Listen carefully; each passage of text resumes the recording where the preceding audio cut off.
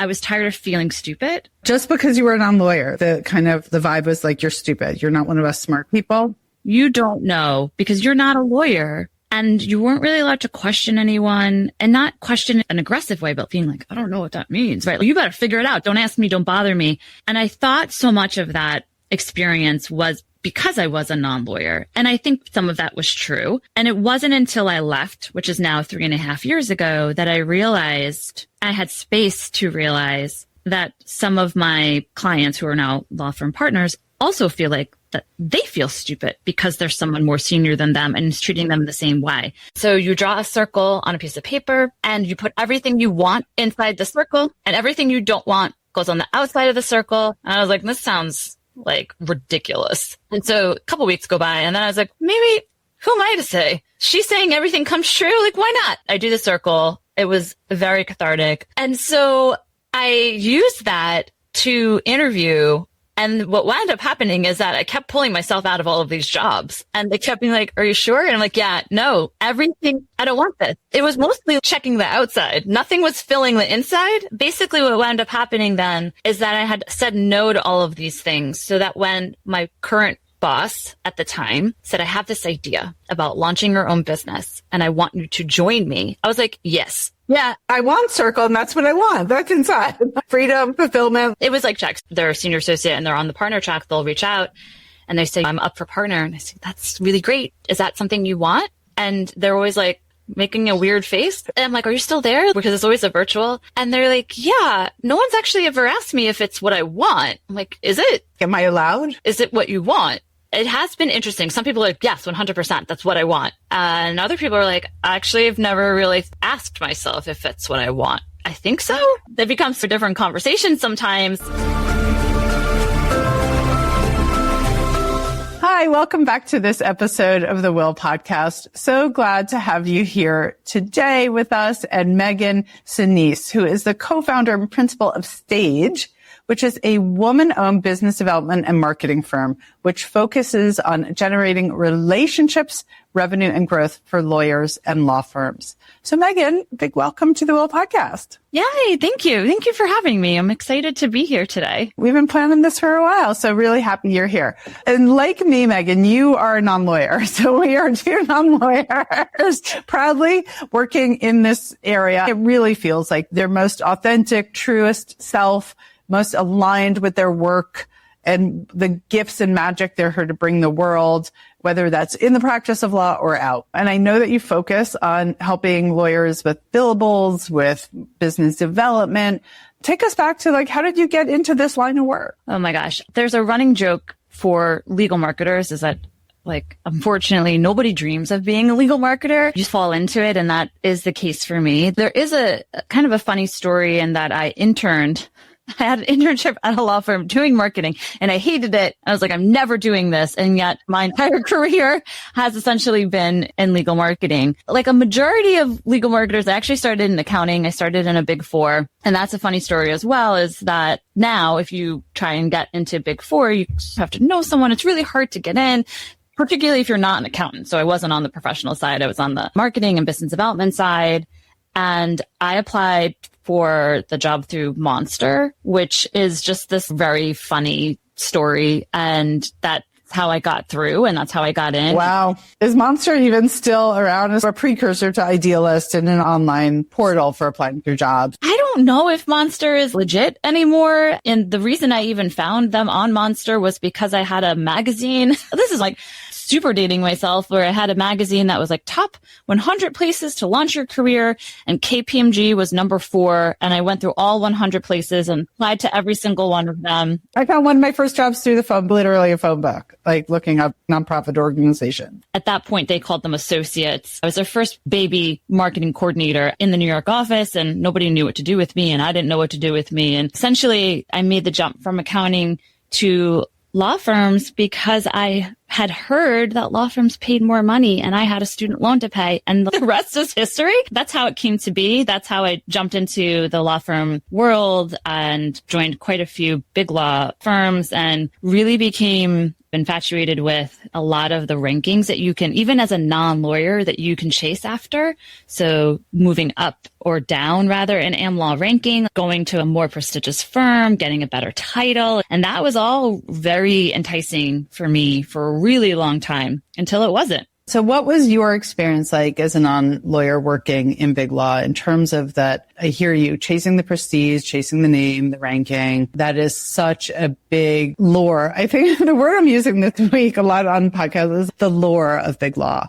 And what was that like for you? So I have mixed feelings about big law, and I still am really proud of my big law background, pedigree to an extent, right? And I think a lot of the reasons why people even want to talk to me is because I have those big firms on my resume. And so I'm thankful that I got that training and that I got that exposure to big firms like that. And I have great experiences. At the same time, I'm also jaded and have some trauma from being in big law. So it's this very interesting dichotomy between the two things where I'm really thankful I would not be the person I am today had I not gone through the good, the bad, the ugly, and not have been exposed to like all of these like amazing, smart people. But at the same time, I was also felt as a non-lawyer that I was tired of feeling stupid. Just because you were a non-lawyer, the vibe was like, you're stupid. You're not one of us smart people. You don't know because you're not a lawyer and you weren't really allowed to question anyone, and not question in an aggressive way, but being like, I don't know what that means, right? You better figure it out. Don't ask me. Don't bother me. And I thought so much of that experience was because I was a non-lawyer. And I think some of that was true. And it wasn't until I left, which is now 3.5 years ago, that I realized I had space to realize that some of my clients who are now law firm partners also feel like that they feel stupid because there's someone more senior than them and is treating them the same way. I always felt like it was us, non-lawyers, staff, admin, CTO, IC, like people on the business side, the cost center. Admin versus lawyers. I always thought it was like a us versus them. And there were a lot of instances that proved that. But it wasn't until I had the space and then a completely different relationship with lawyers that I realized that a lot of people feel the same way, even though they are the lawyers. I can validate that 1,000%. Again, the women who come to me, who come to Will, or for a consultation are the people who are dissatisfied in big law, who feel like they're not able to share their gifts. They're not able to speak up without being reprimanded in every case. And I'm not exaggerating, but there is a lot of toe the line, don't question me, of especially publicly, just do your billables, put your head down and do good work. But that also, they end up feeling, who am I? What am I doing? What am I working for? With that real lack of purpose. And that was really the catalyst. A lot of people are very curious, and that's why things like this exist. Like, why? Why would you leave big law? You're so highly compensated lawyer, right? It doesn't matter, right? I think we hear a lot about the golden handcuffs, and legal marketers inside big law are also highly compensated compared to other marketers outside of big law. And so you're kind of get stuck in that world as well. And there's all of these carrots. And so all of the things that you just mentioned, right? Like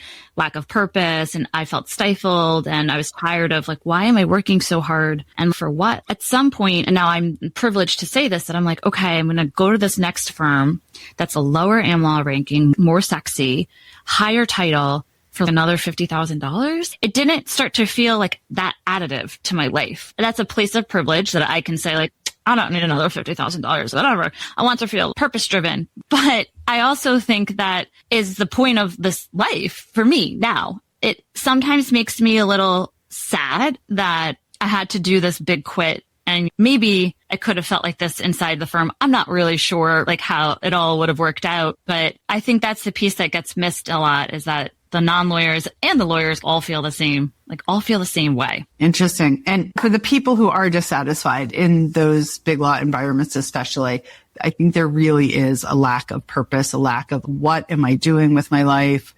Is this all there is? Is this what I'm giving my time, my energy, my life force, working on vacation for?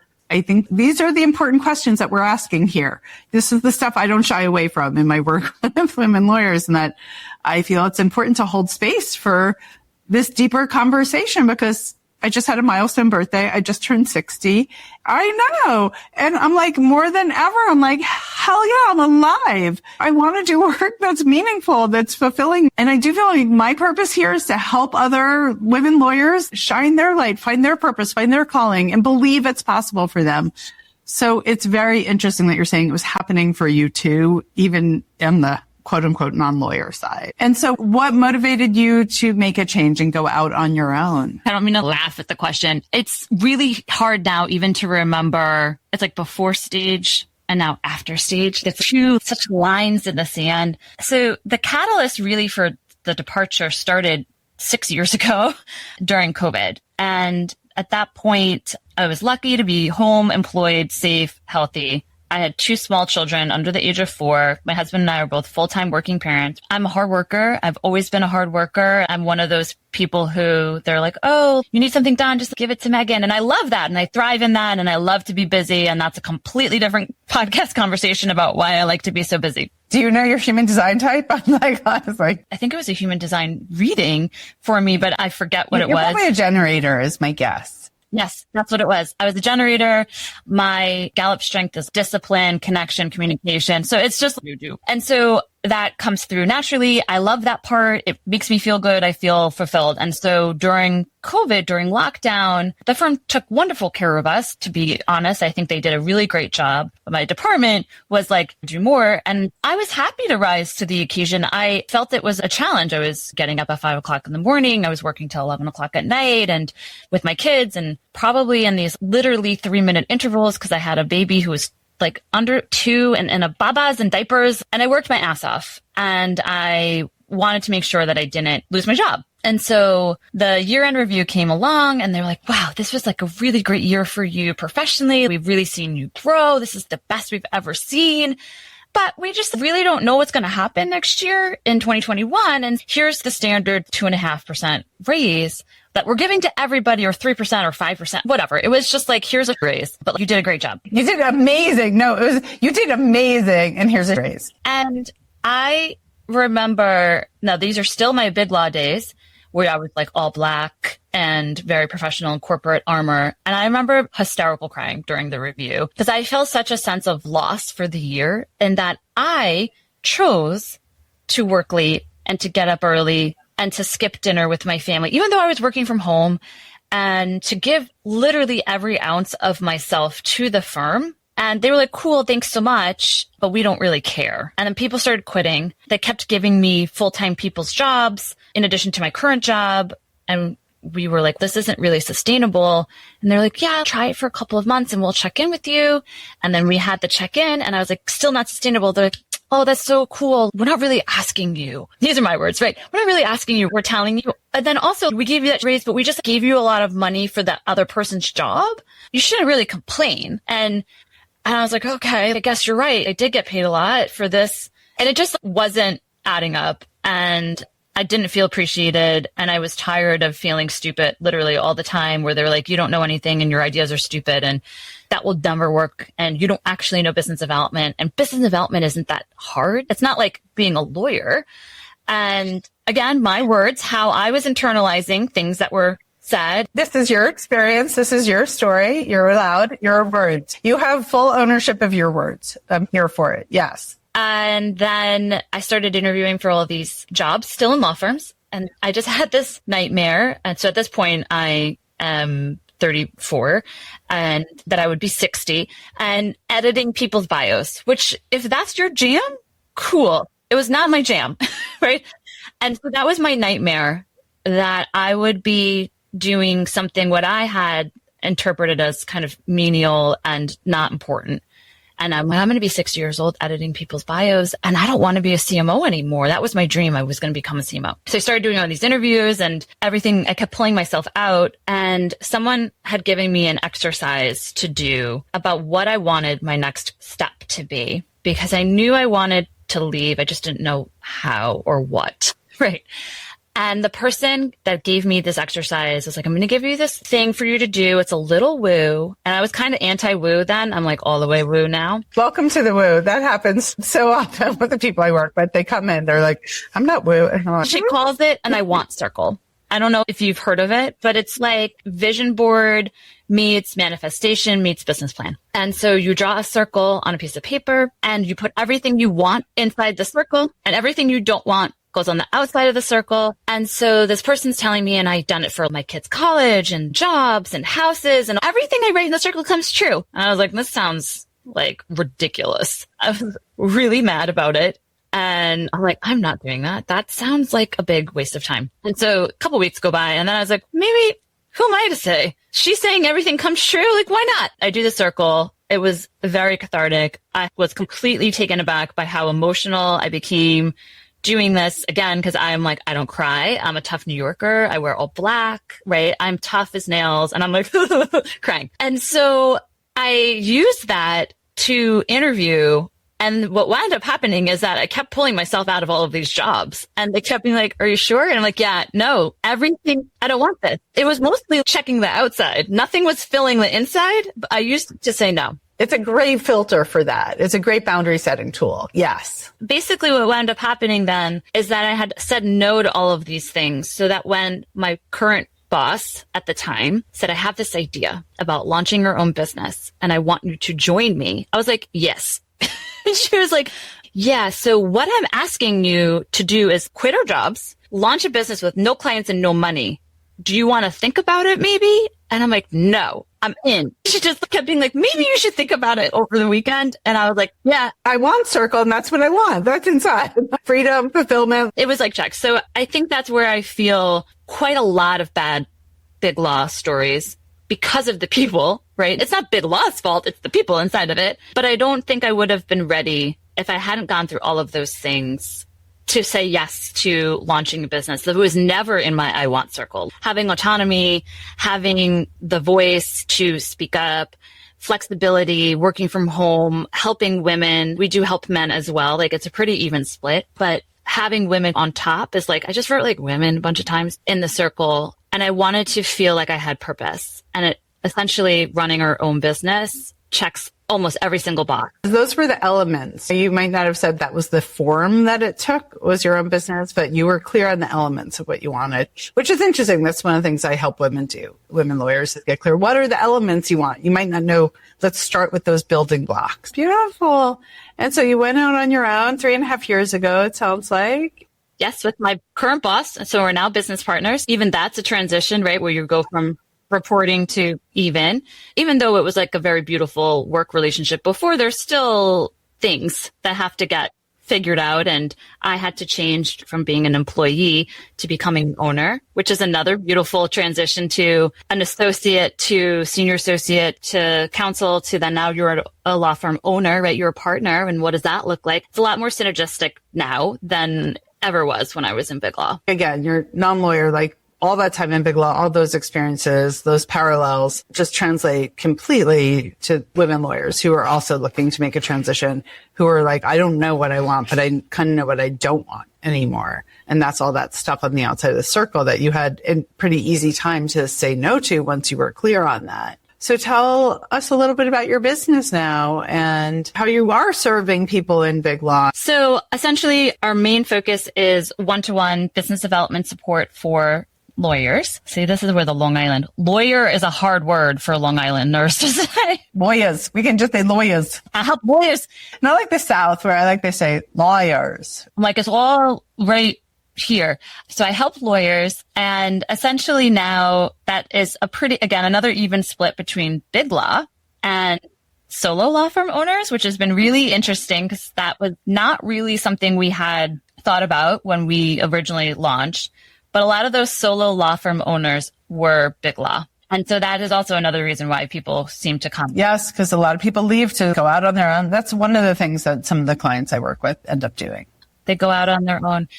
And so then it becomes, I was never really taught how to do business development because I was constant, even if they were a partner, right? There might be equity, non-equity, and I was always being fed other people's work, and I want the autonomy to do my own work. I also do the I want circle on what kinds of clients do you want, right? And how do you want to feel supporting those clients? We help lawyers grow their books of business in whatever way they want that to look like. That could be inside big law and how they have to network internally and externally. Maybe you only go after the partners inside who share origination credit with you, right? Stop chasing after the rainmaker who's a jerk. Go after the ones who are willing to share credit, right? And build your book in that way. That's a very valid approach if that's where you're starting, you don't have anything. And then the same thing for on the solo side, right? You launched your own business, your own law firm for whatever reason.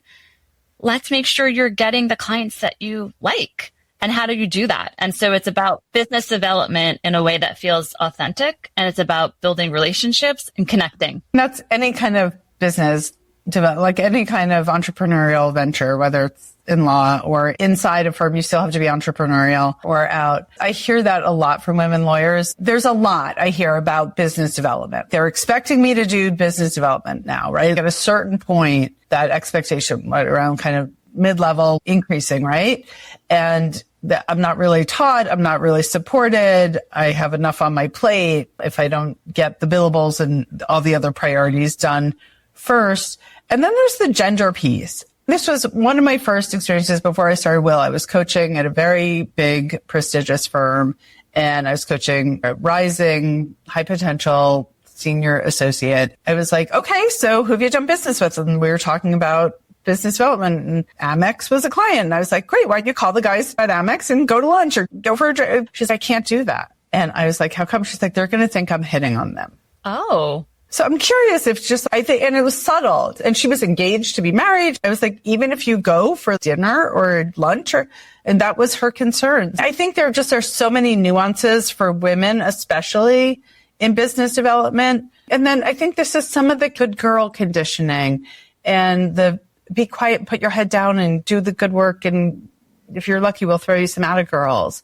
So I'm just curious, what are some of the challenges you see, especially for women in doing business development? That's an interesting one because I actually hear that more from my men clients, that they're concerned that if they say, hey, I was just thinking of you, which is one of the approaches that we're like, just you're thinking of a client, reach out and say, hey, I'm thinking of you. They're like, yeah, I can't say that because of that. They don't want to be perceived as hitting on. That hasn't come up with my women clients. It's come up with my men clients. But for women, what I find a lot is that they're like, I don't golf. I don't drink. I have little children at home. I'd like to help take care of them. To be fair, the people who have been attracted to our business more recently are also men who want to be home and take care of their kids. So I've been really excited to see that. So what we try to do is we call it micro moves, which is one tiny business development activity that you can do every single day so that you don't have to go out for a 6-hour dinner or cocktails or whatever. If that is something you like to do and you have time to do it, we're also talking a lot about, I'm talking about young kind of working parents, but there's also the flip side where maybe you have caretaking responsibilities for your elder parents. And that's also in the way, if you will. It's just another thing on their plate. So it doesn't really matter. So essentially what we're trying to help people do is create a routine or a sustainable way to reach out to people that you like, that feels good to you, and that's going to compound over time. Because what we're talking about is not marketing.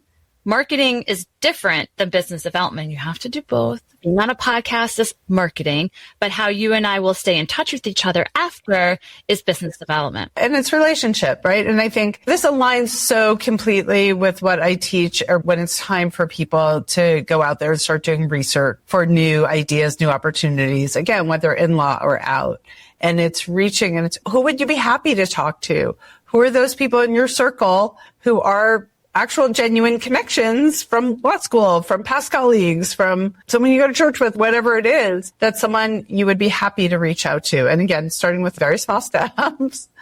And so the skills of business development are the same as the skills of finding a new next thing. Yes. And the trick would be to make sure that you're doing it consistently and not just, oh no, I need a new client right now, let me start.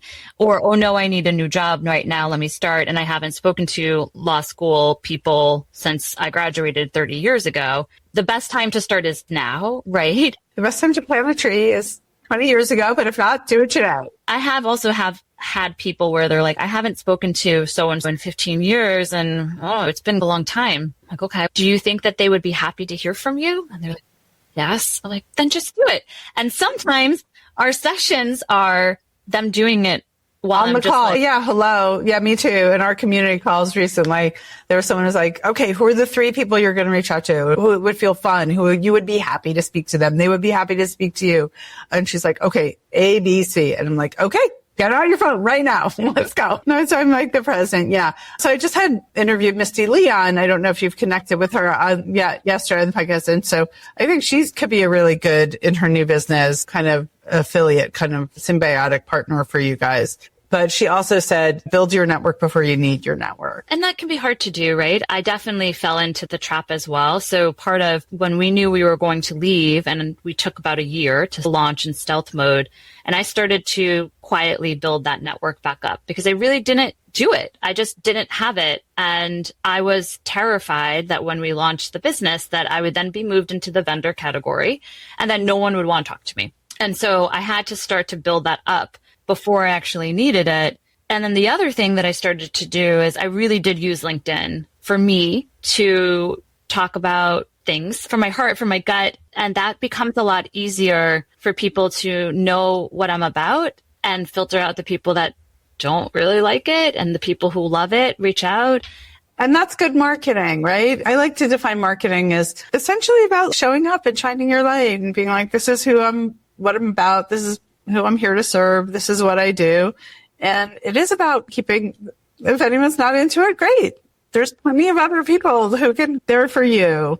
So yeah, beautiful. So you were really walking your own talk there too and laying the foundation. I want to make sure though that for lawyers who might look at my LinkedIn as an example, that's what works for me. It doesn't mean that's what has to work for them. And that's really the other piece that we try to layer in, which is you don't like LinkedIn if it gives you anxiety. And I've only been really more aware of this more recently where people are like, oh, it makes me nervous. I'm like, okay, we can get past that. And they're like, no, straight anxiety inducing. Then we don't do it. Right. And so business development has to be something that and marketing that you like and it makes you comfortable. Even if you've a little outside your comfort is good. We push a little bit, but if anything on the list is going to make you have a complete panic attack, then it's not good advice. And so a lot of people will come to me and ask me, what's the number one thing I should be doing? I'm like, well, I don't know you. I don't know how much bandwidth you have or capacity, what you like to do or don't like to do, where your strengths are. And so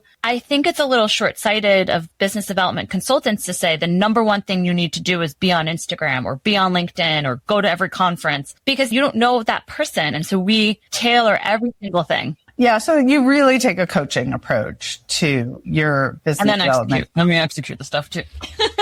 And you help people execute. I think coaching is designed to help people execute because when they're stuck in, I can't do LinkedIn or I'm afraid people will judge me or I'm afraid I'm going to be a bad mom if I leave this job, then if those are their thoughts, then they can't take action. They can't execute on the thing they really want. I love that you pointed out finding out people's strengths, finding out what works for them. Because to me, we need both mindset and strategy. And of course, then execution. But if the strategy is all like, this is a should, these are the 5 steps, and we have no idea what that person's strengths or beliefs are, it's not going to work. And I know that from my own experience of buying lots of programs and having lots of people tell me what I should do in my business and me not executing because those things didn't work for me. And I do the Strengths Finder, the Gallup Clifton Strengths Assessment with everyone too. And it's a real game changer for people to know their strengths. As we start to wind down, I'm curious, what are some of the lessons? What are some of the strengths that you built and grew in your big law life that you've taken to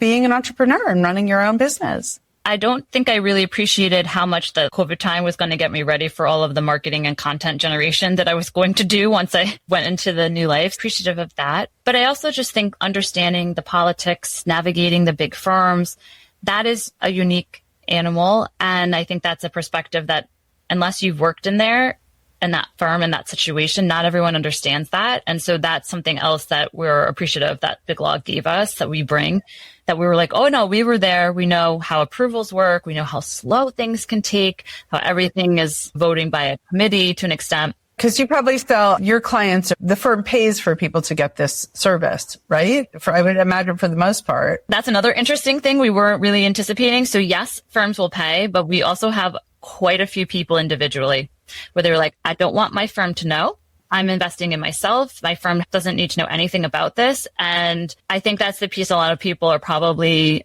overlooking, is that your big law partners they're coming to us and they're paying us out of their pocket. And that part feels great. And that I was tired of chasing people who didn't want my help. And now I have individual people paying for my help. So it's just this and I'm the same person. When I started Will, and a lot of people have asked me if I sell to firms. I'm like, no. And sometimes there have been people who get their firm to pay for my services, but it's just not my primary. So it's an even. We have a pretty even. There's people investing from the firm side. There's individuals investing. There's solo law firms investing. And so that part's been really nice just to see where it all comes out. Yeah. And what would you want someone, whether they're on the business side or on the practice side, who's just at a point in their career where they want more autonomy, more flexibility, more purpose? What would you say to someone who's in that position, especially focusing in on a woman lawyer? I'm always if I can leave my job, you can leave your job too, if that's what you want. I think that you have to have a lot of space for inward reflection. And going back full circle to talking about the I want circle, I had a client who just refused to do it. She just refused. And I kept asking her, tell me what's stopping you? Where are you getting stuck? Why aren't you were so excited about it. Why are we still talking about this 4 months later? And this person was because I know if I fill it out, it's going to say I don't want to be a lawyer anymore. And I think that's okay. And so I think we need to figure out people's where their identity comes in versus your work life.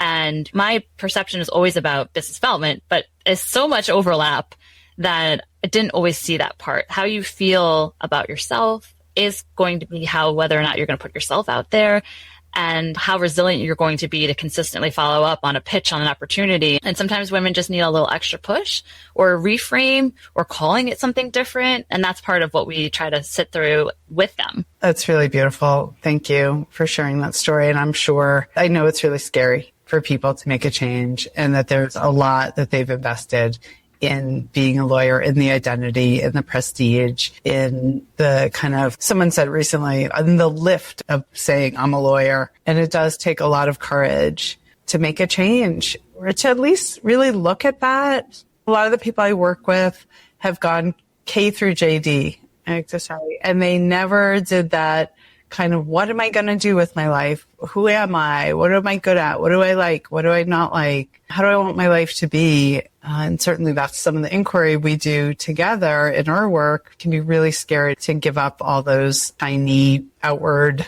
objects. It's reminding me of when I get people who are on they're a senior associate and they're on the partner track, they'll reach out and they say, I'm up for partner. And I say, that's really great. Is that something you want? And they're always making a weird face. Am I allowed? And I'm are you still there? Because it's always a virtual. And they're yeah, no one's actually ever asked me if it's what I want. I'm is it? Is it what you want? It has been interesting. Some people are yes, 100%, that's what I want. And other people are actually, I've never really asked myself if it's what I want. I think so. It becomes a different conversation sometimes. And then I have to remind them this is for business development. We could talk about what leaving would look like, but it's interesting to even ask that question. I think a lot of people are asking it unconsciously, if not consciously. So thank you for raising that to consciousness for that person. Yeah, that's what it's all about. Back to that. I believe we're here for more than just grinding and not feeling fulfilled or happy or aligned. And that's what I think we're both here to help people do. So thank you, Megan, so much. Where can people find you and learn more about Stage and your work? I'm on LinkedIn literally every day. So you can find me on LinkedIn. You can visit our website at www.stage.guide. We also have a podcast. It's called So Much to Say, a legal podcast for people. We have guests on, but we also do a mini episode every other week that gives you business development tips, talking about all different kinds of things, imposter syndrome, taking a break. And so we would love for people to check it out and subscribe and listen and follow and all the things. All the things. All right. Thank you so much for your time today. And I love this conversation. And we will put some of those links in the show notes. And and if you're a woman lawyer who wants to grow her business development acumen, check out Megan and Stage. And if you're a woman lawyer for whom this has been maybe I want to put in that circle, I think I might not want to be a lawyer. I'm not sure. I want to figure that out. Then I'm here for you too. All right. Thank you so much for listening to this episode of the Will Podcast.